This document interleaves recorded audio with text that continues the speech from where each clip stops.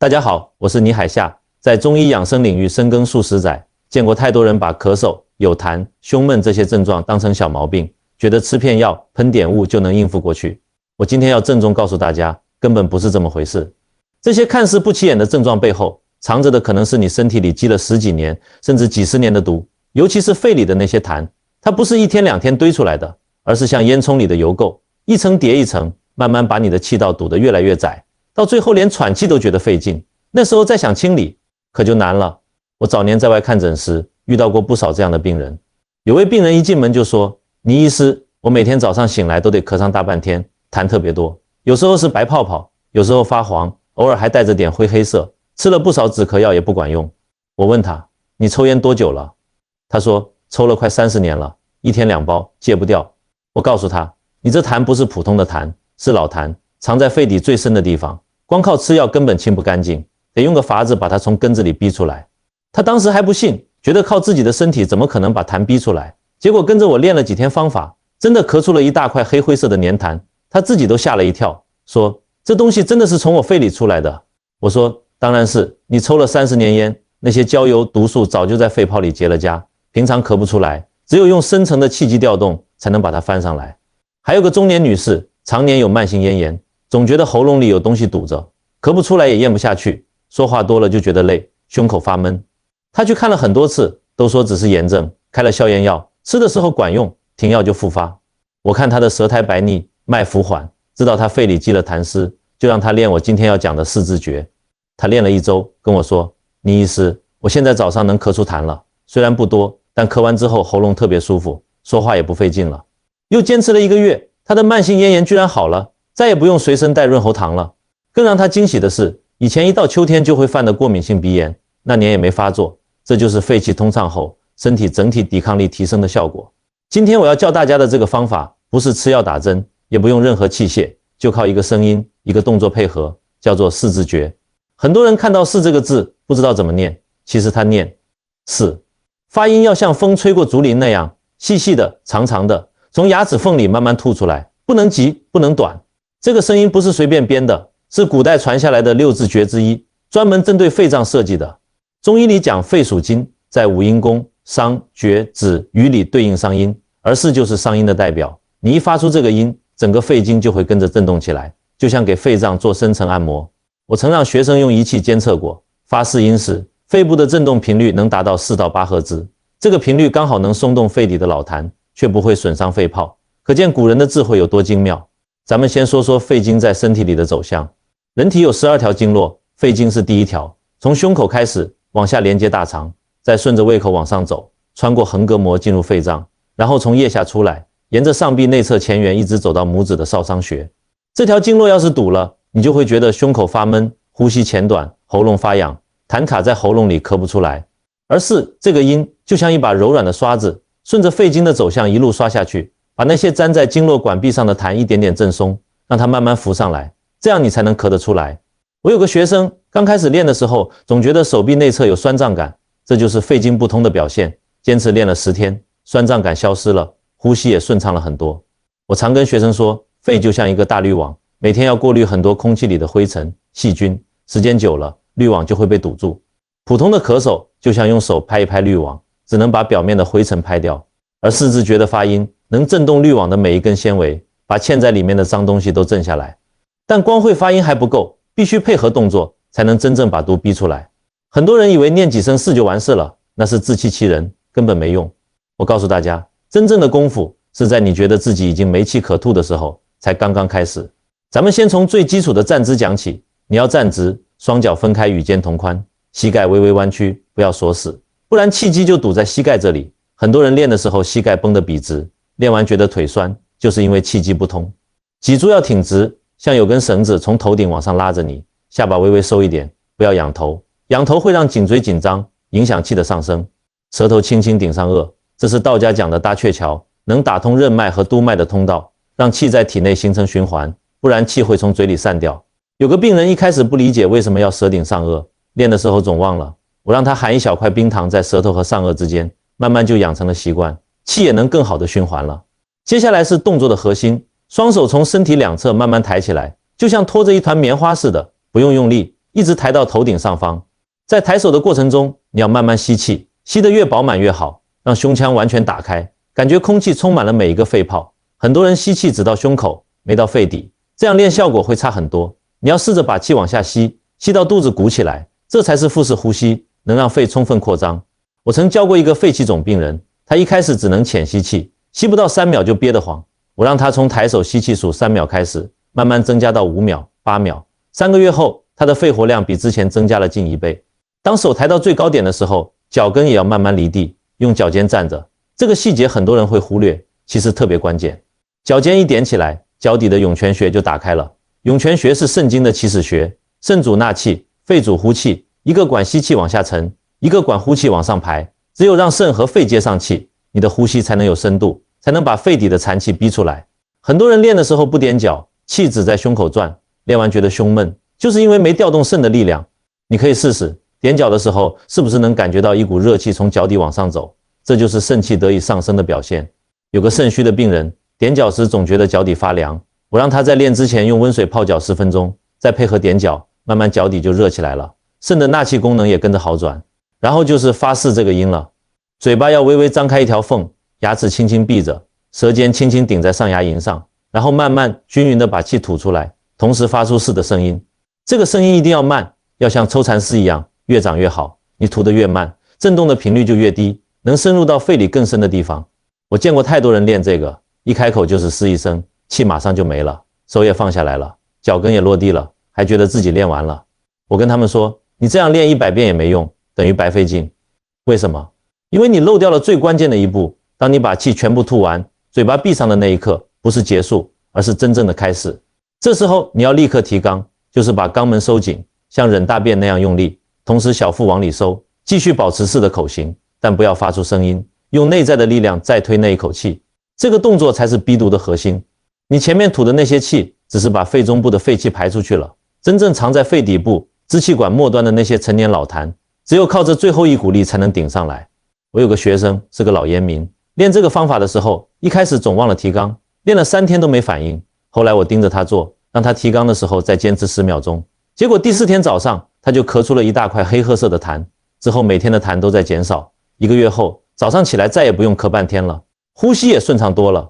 他跟我说，以前爬3楼都喘，现在爬5楼也不费劲了，感觉胸口的石头终于挪开了。大家要明白，练四字诀不是为了舒服，有时候反而会觉得不舒服，可能会咳得更厉害，会流眼泪、流鼻涕，甚至觉得头晕、想打嗝，这些都不是坏事，是你的身体在排毒。就像打扫房子，一开始扬起来的灰尘会更多，但只有把这些灰尘扫走，房子才能变干净。我有个病人有慢性支气管炎，冬天一冷就咳喘，晚上睡觉都得张着嘴呼吸，不然觉得缺氧。练这个方法的时候，每次练完都咳得停不下来，他家人还担心是不是练坏了，让他别练了。我跟他说，让他咳，这是好事，说明痰在动，不咳出来，毒永远在肺里。他听了我的话，坚持练了1个月，痰越来越少，冬天也不怎么咳喘了，晚上能闭上嘴睡觉了。他自己说，感觉胸口那块压了几10年的石头终于搬走了。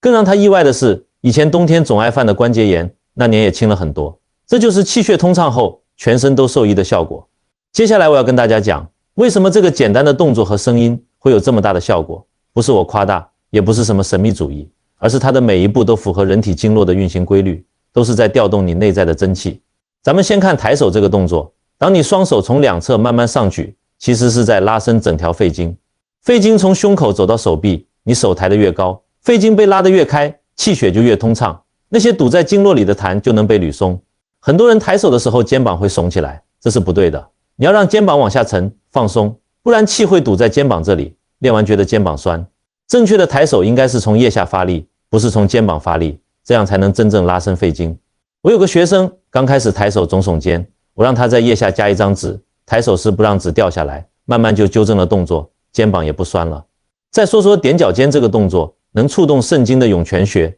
肾是气之根，肺是气之主，只有根扎得稳，主才能发挥作用。很多人呼吸浅，就是因为肾的纳气功能弱，气吸到胸口就下不去了。踮脚尖能让肾气得以上升，和肺气相合，这样你的呼吸才能有深度，不然气都是浮在胸口的，根本到不了肺底。我有个病人肾气虚，练的时候踮脚尖都觉得费劲，我让他先从半踮脚开始，每次坚持5秒，慢慢增加到10秒，半个月后他就能完全点起来了，呼吸也深了很多，晚上起夜的次数也少了。还有个细节大家要注意，当你手抬到头顶的时候，身体会不自觉地往上延伸，这个动作能让胸腔完全打开，肋骨一张一合，肺泡充分扩张。普通人呼吸只能用到肺的上半部分，大概只能排出 70% 的废气，剩下的 30% 就留在肺底部，时间一久就成了痰的温床。而四字诀的长呼气配合细细的发音，能把这最后 30% 的废气也逼出来，就像把肺里的水一点点挤干一样，这样才能给新鲜空气腾地方。我曾让学生用肺活量计测试，练四字诀1个月后，他们的肺活量平均增加了 15%， 残气量减少了 20%，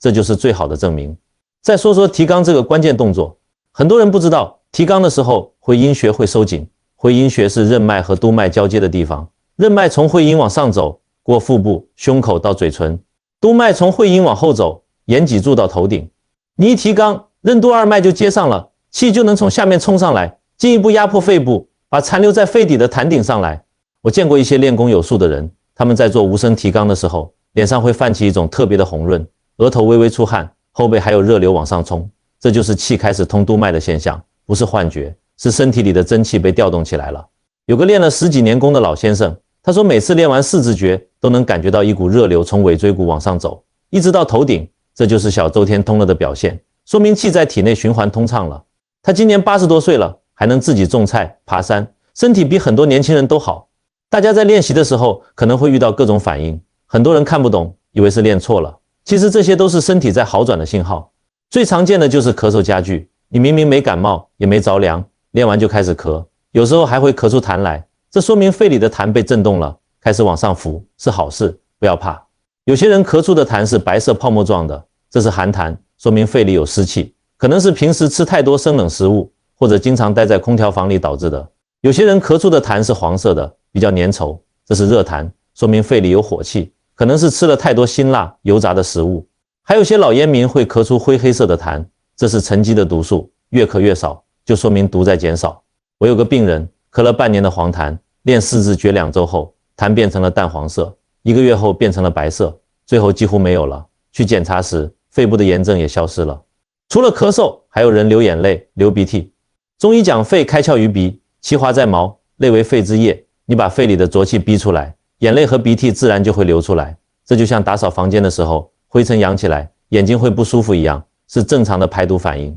有个女士练的时候总流眼泪，她以为是眼睛出了问题，去看眼科也没查出毛病。我跟她说，这是肺里的浊气在排，没事，继续练。她坚持了一段时间，眼泪就不流了，眼睛也比以前亮了，看东西也清楚了很多。这就是肺气通畅后上助于目所致。还有人会打嗝、放屁，这看起来跟肺没关系，其实关系很大。肺主肃降，脾主运化，肺的气机一动，脾胃的气机也会跟着动，那些积在肠胃里的浊气自然就排出去了。有个病人练完之后肚子咕噜咕噜响，还老放屁，他觉得不好意思，我跟他说，这是好事，说明你的脾胃气机通了，以前堵在肚子里的气排出来了。他听了之后就不觉得不好意思了，坚持练，后来连消化不良的毛病也好了，以前吃点东西就胀，现在吃再多也没事。不过大家要注意，不是所有人都能马上练得很深。如果你的血压偏高或者有心脏病，动作就要放慢。提肛的时候不要太用力，先从3遍开始，慢慢增加，让身体适应。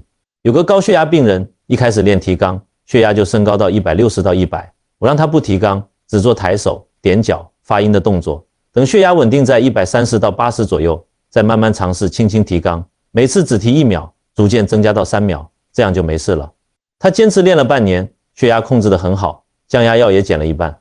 年纪大、平衡不好的人，练的时候可以扶着墙，防止摔倒，脚尖点不高也没关系，只要轻轻离地就行，重点是动作要到位。有个70多岁的老先生，平衡不好，练的时候总扶着桌子，他每次练5遍，坚持了2个月，平衡好了很多，不用扶也能练了，走路也比以前稳了，以前总爱摔跤，现在也不摔了。还有孕妇，尤其是怀孕中后期，不要练提肛和收腹的动作，以免增加负压，影响胎儿，等生完孩子再练也不迟。哺乳期的妈妈可以练，但要注意不要太用力，以免影响乳汁分泌。有个哺乳期妈妈练的时候太用力，导致乳汁减少，我让她减轻力度，只做轻柔的抬手、点脚和发音，乳汁就恢复正常了。而且她练完之后喂奶时也不觉得累了。很多人练了一段时间没效果，跟我说倪医师，我每天都练，怎么没感觉？我一问就知道，肯定是动作没做对。最常见的错误就是只发声不做动作，站在那里不动，就嘴里念是，这样气根本动不起来，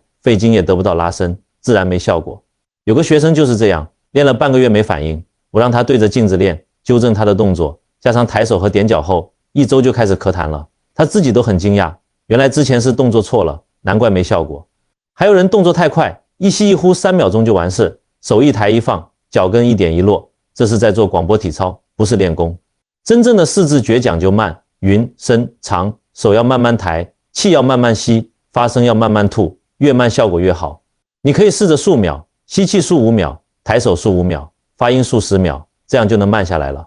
有个学生一开始动作很快，我让他用手机计时，每次发音至少10秒，慢慢就养成了慢的习惯，练完之后也觉得更舒服了。还有人发试音的时候，嘴巴张得太大，牙齿没闭，声音从喉咙里吼出来，这不是试，是喝，震动不到肺底。正确的做法是嘴巴只开一条缝，声音从齿缝里出来，像风吹过门缝那样柔和，有穿透力。你可以对着蜡烛练，发音的时候蜡烛的火苗能轻轻晃动，但不会被吹灭，这就是正确的力度。有个病人一开始发音总把蜡烛吹灭，我让他把嘴巴缝收小，慢慢就掌握了技巧，火苗只轻轻晃动，练完之后也能咳出痰了。最严重的错误就是气一吐完就停，手放下来，脚跟落地，把最关键的提肛步骤漏掉了，这样练等于白练，永远也逼不出老痰。有个病人，我跟他强调了好几次提肛的重要性，他还是忘了。后来我让他练的时候用手摸住会阴穴，一吐完气就用手按压一下，提醒自己提肛，这样才记住了。他坚持练了10天就咳出了老痰，之后也再也没忘过提肛。大家在练习的时候还要注意时间和饮食的配合，最好在空腹的时候练，比如早上起床后或者晚上睡觉前。早上练能把一晚上积在肺里的浊气排出来，让你一整天都神清气爽。晚上练能帮助你放松，睡得更好。饭后至少要等1个小时，不然气血都在脾胃里消化食物，你一练气往上走，会引起胃胀打嗝。有个病人饭后半小时就练，结果胃胀了一下午，还吐了。后来改成饭后2小时练，就没事了。他自己也说，还是得听倪医师的，时间错了真不行。饮食上要少吃辛辣、油炸、烧烤这些助火生痰的东西，多吃一些润肺化痰的食物，比如白萝卜、梨、百合、银耳。白萝卜是肺之菜，能理气化痰，生吃可以清热，熟吃可以温化寒痰。梨能润肺生津，生吃可以清热化痰，煮水喝可以温润肺气。百合和银耳能养阴润肺，适合肺燥的人。我有个病人肺燥的厉害，总觉得喉咙干，我让他每天吃1碗银耳百合羹，再配合练四字诀，1周后喉咙就不干了，痰也少了很多。如果咳出的是白痰，可以煮点白萝卜生姜水喝，生姜能温化寒痰，白萝卜能理气。如果是黄痰，就用川贝、枇杷叶煮水，川贝能清热化痰，枇杷叶能清肺止咳，不要一概而论，不然越吃越糟。有个病人咳黄痰还喝生姜水，结果痰更多了，还发了烧，我让他改成川贝枇杷水，喝了3天就好了。他说以后再也不敢乱吃东西了，还是得对症。我建议大家把四字诀当成每天的必修课，像刷牙一样坚持，每天早晚各练1次，每次5到6遍，不要贪多，重点是把每一个细节做到位。你可以给自己定一个21天的周期，坚持练21天，然后看看身体的变化，是不是早上起来不怎么咳了，痰是不是少了，呼吸是不是变深了，晚上睡觉是不是不被痰呛醒了。很多人练到第7天开始咳痰，第10天痰最多，第15天开始减少，第21天几乎不咳了，这就是身体在慢慢变干净的过程。有个学生练了21天，跟我说，以前早上起来要咳10分钟，现在咳1-2下就没了，痰也从黄变黑，再变白，最后几乎没有了。而且我现在爬山也不喘了，以前爬一半就累得不行，现在能爬到山顶了。大家要记住，四字诀的最终目的不只是清痰，而是让身体回到干净通透的状态。你把肺里的浊气排了，胸腔打开了，气就能沉下去，心就不慌了，睡眠也稳了，整个人都会觉得轻松。很多人练完说感觉自己轻了好几斤，这不是心理作用，是你身体里少了几两痰、几两湿、几两毒，自然就轻了。这不是减肥，是给身体减负。我自己练四字诀几十年了，不管再忙，每天都会练上几遍。现在快70岁了，呼吸还像年轻人一样深，冬天也不容易感冒，这就是坚持的效果。有一次我去爬山，跟年轻人一起爬，他们都喘得不行，我还很轻松。他们问我有什么秘诀，我说没什么秘诀，就是每天练四字诀，把肺养好了，自然能爬山。他们都很惊讶，说要跟着我练，现在他们也成了四字诀的忠实粉丝，身体也越来越好。这个方法不靠任何外在的东西，只靠你自己的一口气、一个动作，就能把深藏在肺里的毒素逼出来，安全又有效。不管是老人还是小孩，只要动作正确，都能练。有个小朋友才6岁，有哮喘，每次发作都要去医院雾化。我让他妈妈教他练简化版的四字诀，不用提纲，只做抬手、点脚、发音的动作，每次练3遍。他坚持了半年，哮喘发作的次数从每月3次减少到半年1次，也不用总去医院了。他妈妈特别开心，说没想到这么简单的方法这么管用，比吃药还好用。